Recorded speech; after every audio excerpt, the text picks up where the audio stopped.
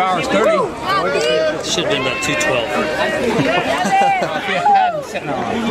Reading now, Coach. Old Chapman guys told me to ask that question. Well, if we'd had a couple of key hits, we had opportunities. We got a couple the way Adam pitched. The thing would have been over, but couldn't quite get the run in until they helped us there with the error by the first baseman. And we took advantage of it. It was really good to see Devin. You know, it wasn't like it was a mighty blast, but he's been in a really, really bad slump. So he needed something, and you know, got one in front of the outfielders, and we got one. And Charlie was good again in the save situation. He's been really, really good. You've been in that on the other side of that equation.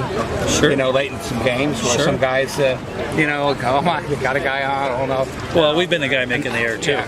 And the team take advantage of it. We just happened to tonight, but we didn't get much. But you know, hey, we got one more than they did.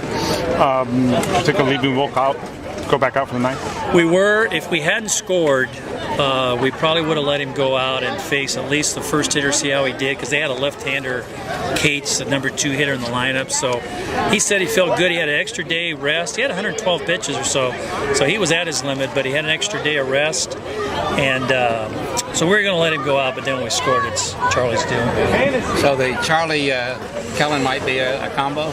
Brings his own. Yeah, Kellen really does a good job. You know, he really does a good job blocking that split. And yeah, if we get a chance tonight, then he comes in there. I'll take the whole battery. Yeah, absolutely. Take my chances. Talk about Wilkes. Just seems like it's a little bit better every time he goes out there, or at least pitches. Well, today was different because I think the last 2 starts, maybe 3, but I know the last 2, it was all fastballs. And I wasn't here. I had a little vacation against Vegas, but I understand it was all fastballs. And then the next weekend, but tonight he really mixed well. I thought he had a good curveball and a good change, and that's really who he really is. He just hasn't had that the last couple of weeks, but he found it this week in a bullpen session. And he carried it through today, so much more effective when he's got a couple more weapons to go with. How's Cassis rate with the other guys you've had in terms of the way he's so aggressive on the bases and so successful at it? Well, it's been a long time since we've had any speed, and especially somebody like him. That probably goes back to the Rolando Avila days. You know, I think his quickness, his first step, his no fear type stuff. He doesn't really fear running, so that's the main thing you need is a good base runner or base stealer. And you know, something I wish JJ had on that double steal. You know, I think Cassis probably steals it in the front end, but maybe that's something I think about reversing him. But Jordan's kind of a no fear guy, and you have to have that. And you got to be not afraid to get thrown out.